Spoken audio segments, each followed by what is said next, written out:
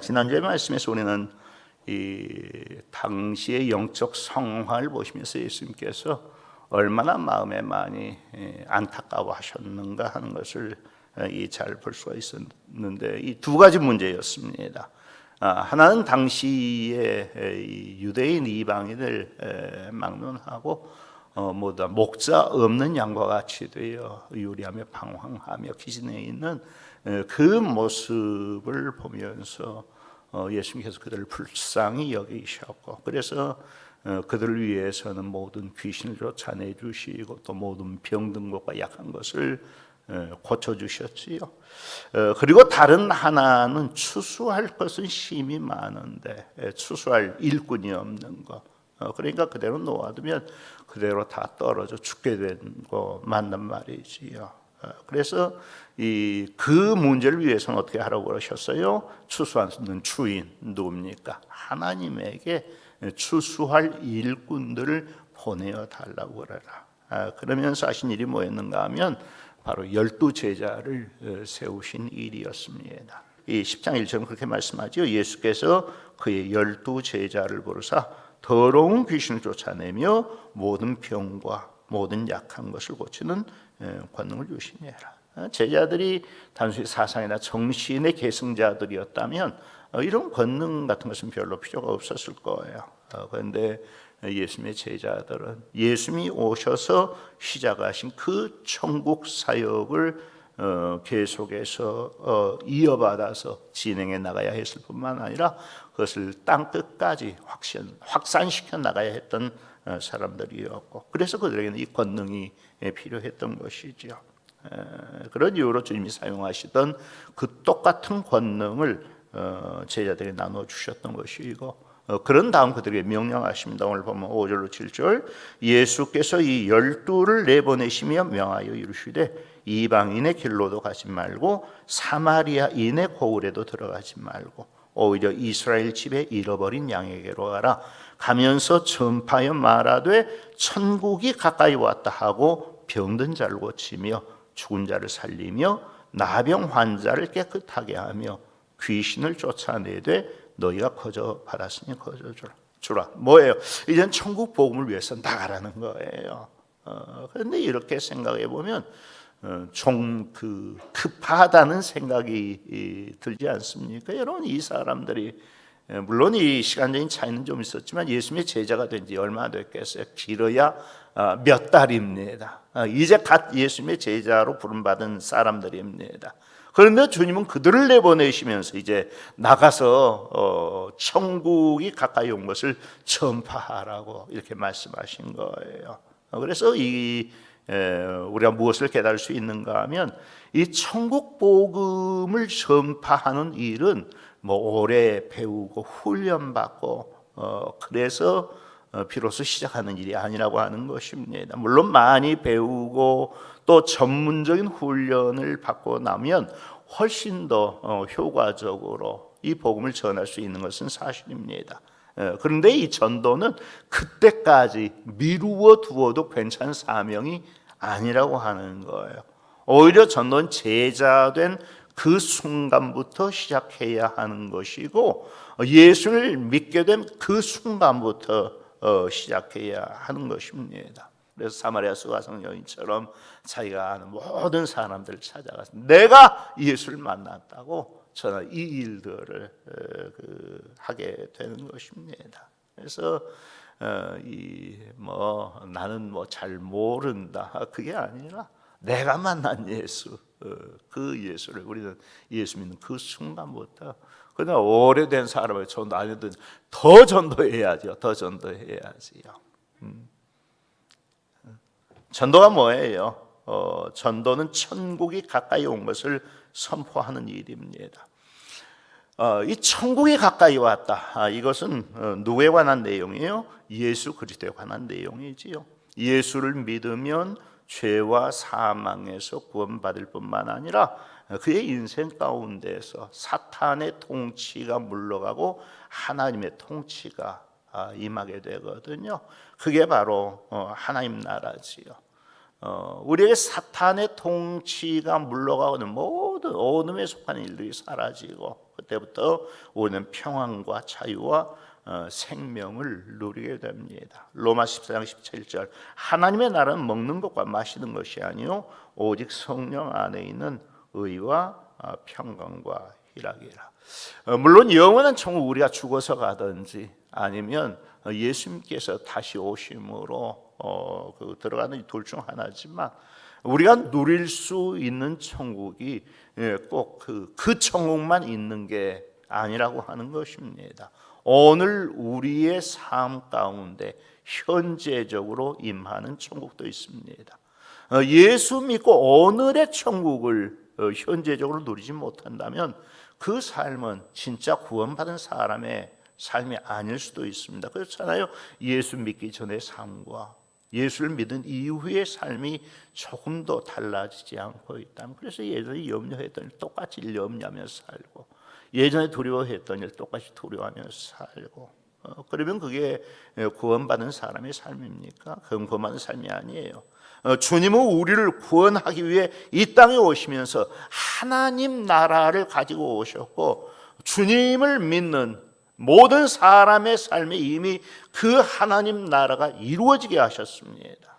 그렇기 때문에 예수 믿는 사람들은 다 실제적으로 그 하나님 나라를 누리는 삶을 살아가고 있어야 하는 것이죠. 자기 안에 임하 있는 그 천국 때문에 예전은 굉장히 두려워했던 일이지만 이제는 두려워하지 않게 되고, 예전에 염려했던 일이지만 염려하지 않게 되고, 지금은 다 하나님께 맡겨 하나님을 신뢰하고 있기 때문에 평안 중에 살아가는 이런 모습들.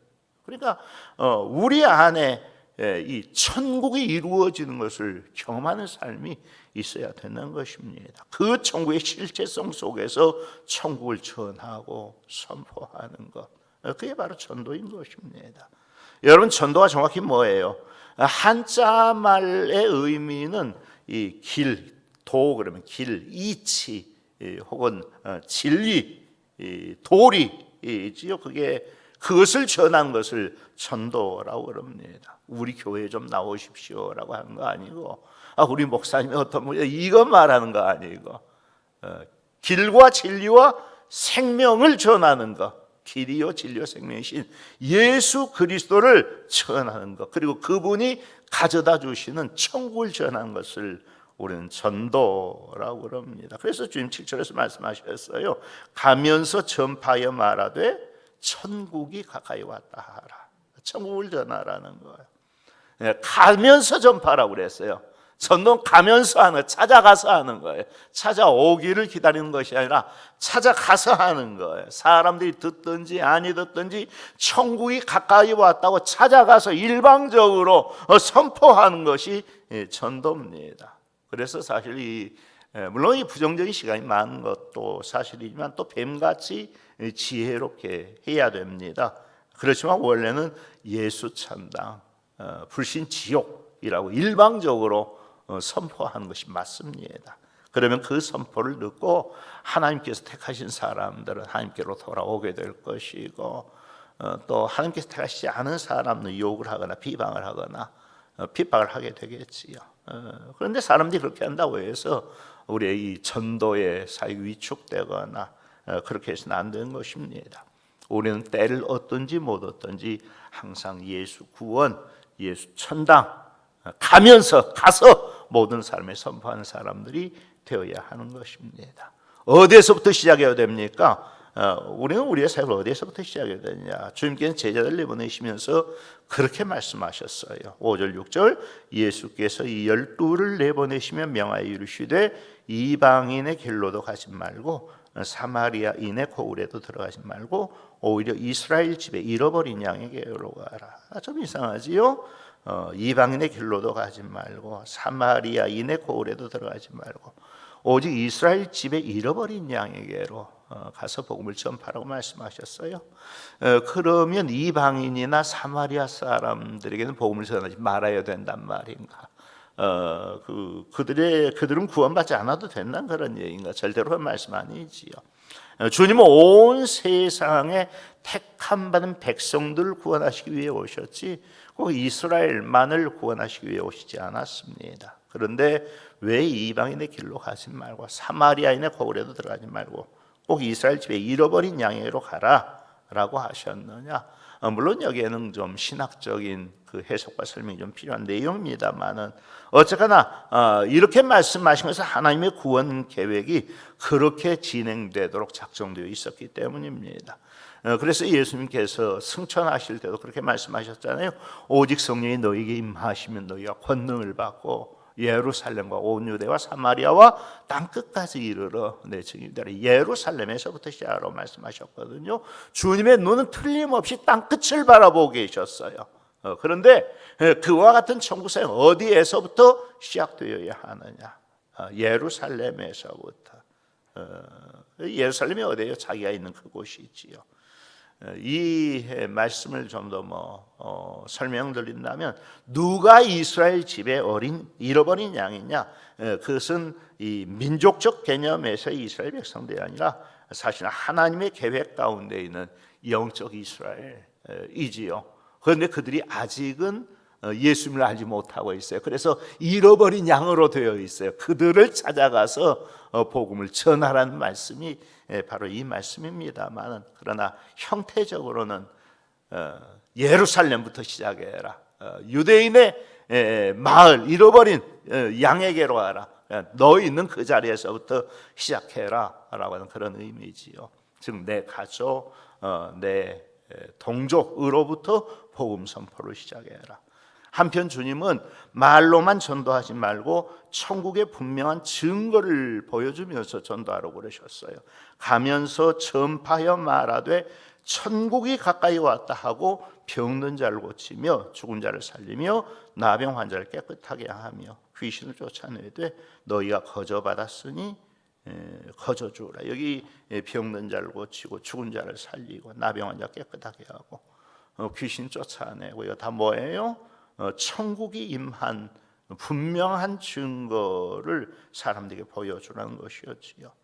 왜냐하면 이와 같은 일들은 사람이 할 수 있는 일이 아니거든요. 제자들이 자신의 어떤 가능성과 능력으로 그와 같은 일들을 할 수 있는 게 아니었어요. 그것은 예수님께서 그들에게 주신 능력이었습니다. 예수님 자신의 능력이었습니다.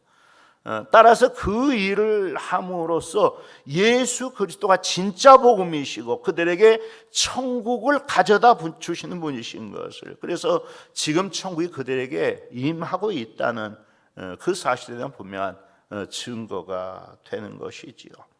그처럼 복음 전도자들은 복음의 징표 혹은 천국의 징표를 분명히 가지고서 복음을 전해야 됩니다. 물론 오늘 우리에게 있어서도 제자들이 가지고 있었던 그런 징표여야 할 필요는 없습니다.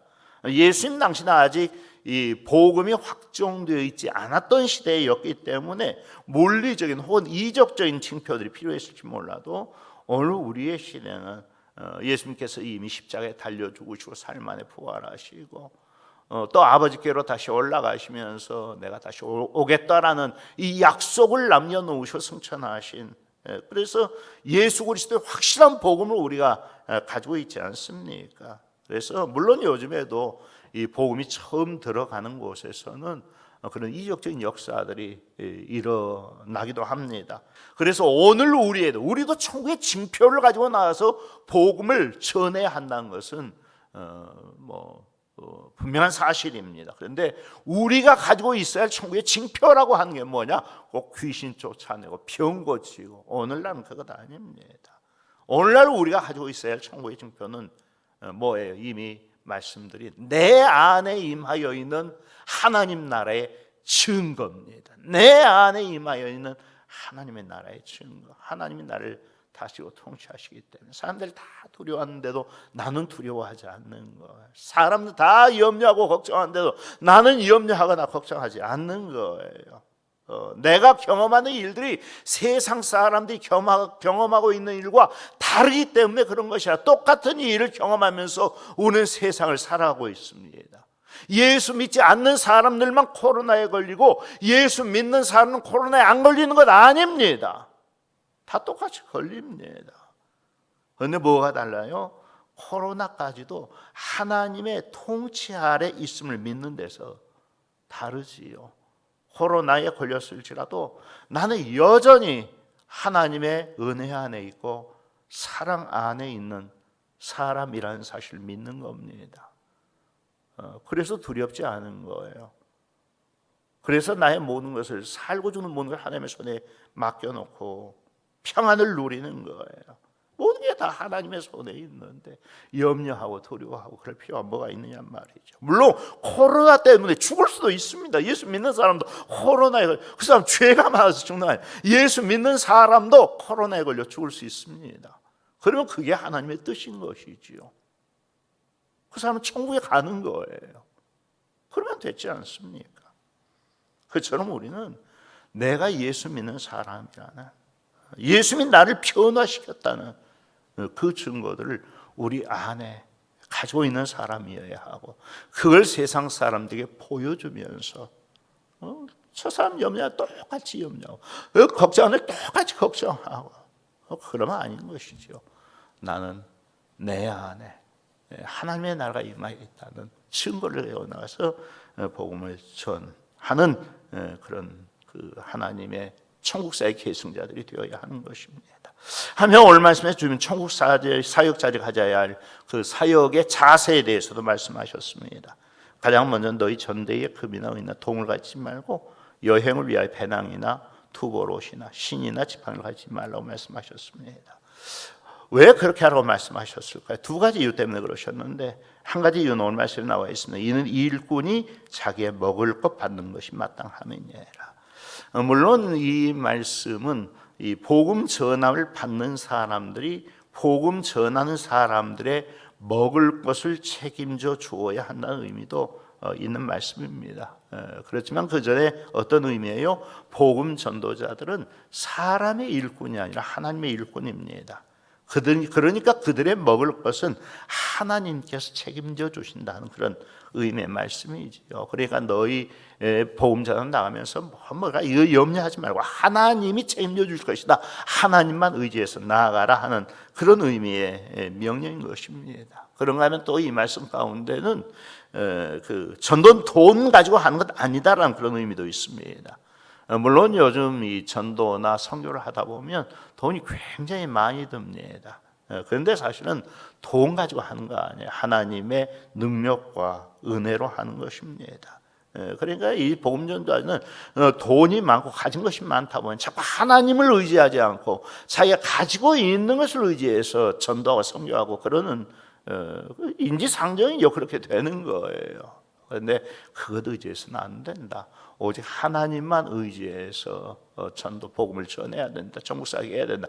그러니까 아무것도 가지고 가지 말아라. 그라고 여기에서 말씀한 것이죠. 중요한 것은 8절에 너희가 거저 받았으니 거저 주라는 말씀과 10절에 일꾼이 자기의 먹을 것 받는 것이 마땅하다는 말씀이 같이 나타나 있는 것입니다.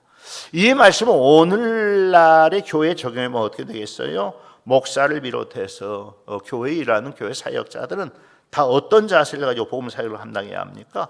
거저 받았으니 거저 주라는 이 자세를 가지고 사역을 하는 것이 맞습니다.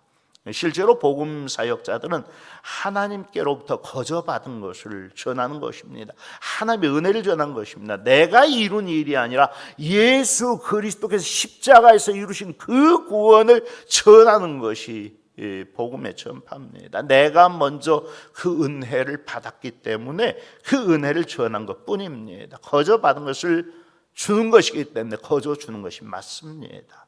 그렇지만 교회의 입장에서는 복음 사역자들에 대해서 어떤 자세를 가져야 돼요? 그들이 그 사역을 감당해 나감에 지장이 되지 않도록, 또 그들 통해서 하나님의 은혜를 전달받고 있는 것이 분명한 사실이잖아요. 그렇다면 그 은혜에 합당하게 그 복음이 다른 사람에게도 원활히 잘 전해 줄 수 있도록 복음 사역자들의 생활을 교회가 충분히 책임져 주는 것이 지극히 당연한 일인 것입니다. 한 입에 벌컥벌컥 다 들이마셨지요. 그리고 소녀에게 묻습니다. 야, 우유값 얼마면 되겠니? 라고 물어보니까 소녀가 대답합니다. 우리 어머니가 남에게 친절을 베풀 때는 어떤 값도 받지 말라고 하셨어요. 그냥 가셔도 괜찮아요 하고, 이 청년이 그 집의 주소와 또 이름을 기억에 두었겠지요. 그로부터 한 10년이 지나서의 일입니다. 10여 년이 지나서 일인데 이제는 이 소녀도 자라서 어른이 되었고, 그런데 몸에 아주 몹쓸 병이 걸린 거예요.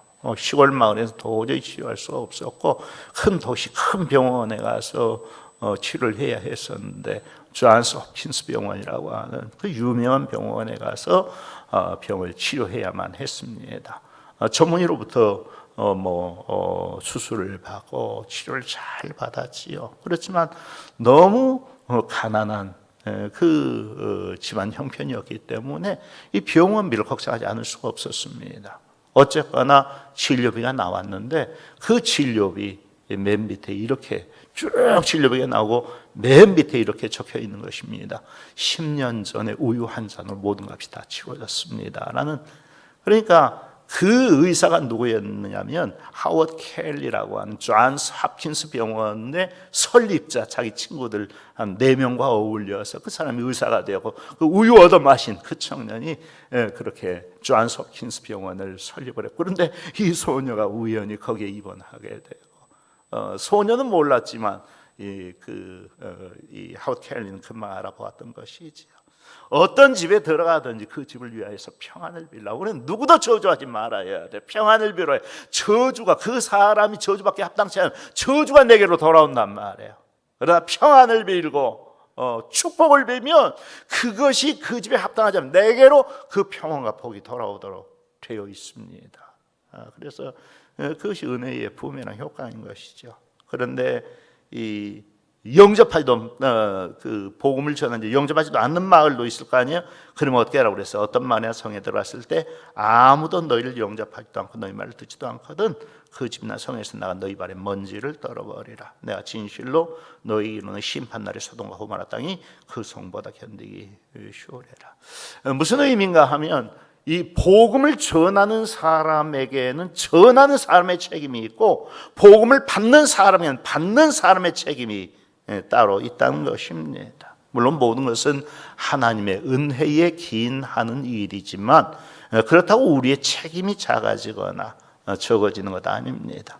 복음을 전하는 사람은 최선을 다해서 복음을 전해야 하고 복음을 받는 사람은 겸손함으로 그 복음을 받을 수 있어야 되는 것입니다. 무엇보다 우리는 자신이 천국 사역의 계승자들이라는 사실을 절대로 잊어버리지 말아야 되겠습니다. 그리고 항상 올바른 자세로 복음을 전할 수 있어야 됩니다. 가장 먼저 우리 주변, 내 가족, 내 친구, 내 이웃부터 시작해야 됩니다. 지식이나 능력이 아니라 내 안에 임한 하나님 나라의 그 은혜와 능력에 의지해서 복음을 전해야 합니다. 복음을 전하러 나갔을 때는 모든 사람들을 저주해서는 안 됩니다. 평안이 있기를 빌고 그들을 축복해야 합니다. 복음에 대해서 어떻게 반응하느냐 하는 것이 평안과 저주를 결정하게 됩니다. 천국 복음의 사역자들로서 이 사명을 기억하시고 주님 오시는 그날까지 이 사역 잘 감당하는 우리 모두가 될 수 있기를 주의 이름으로 축복합니다.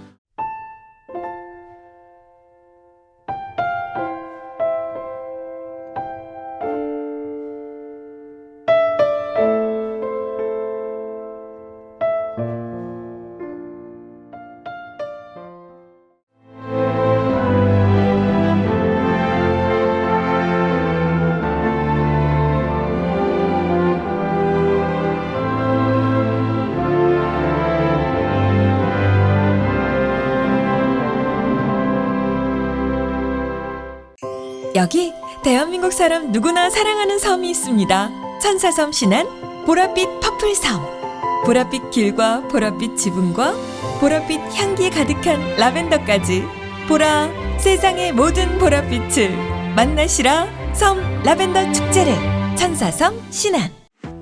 섬의 전신 마음도 상쾌하다. 보라색 여행, 마음이 설레는 노란색 여행, 또 다른 나를 발견하는 주홍색 여행, 신안군.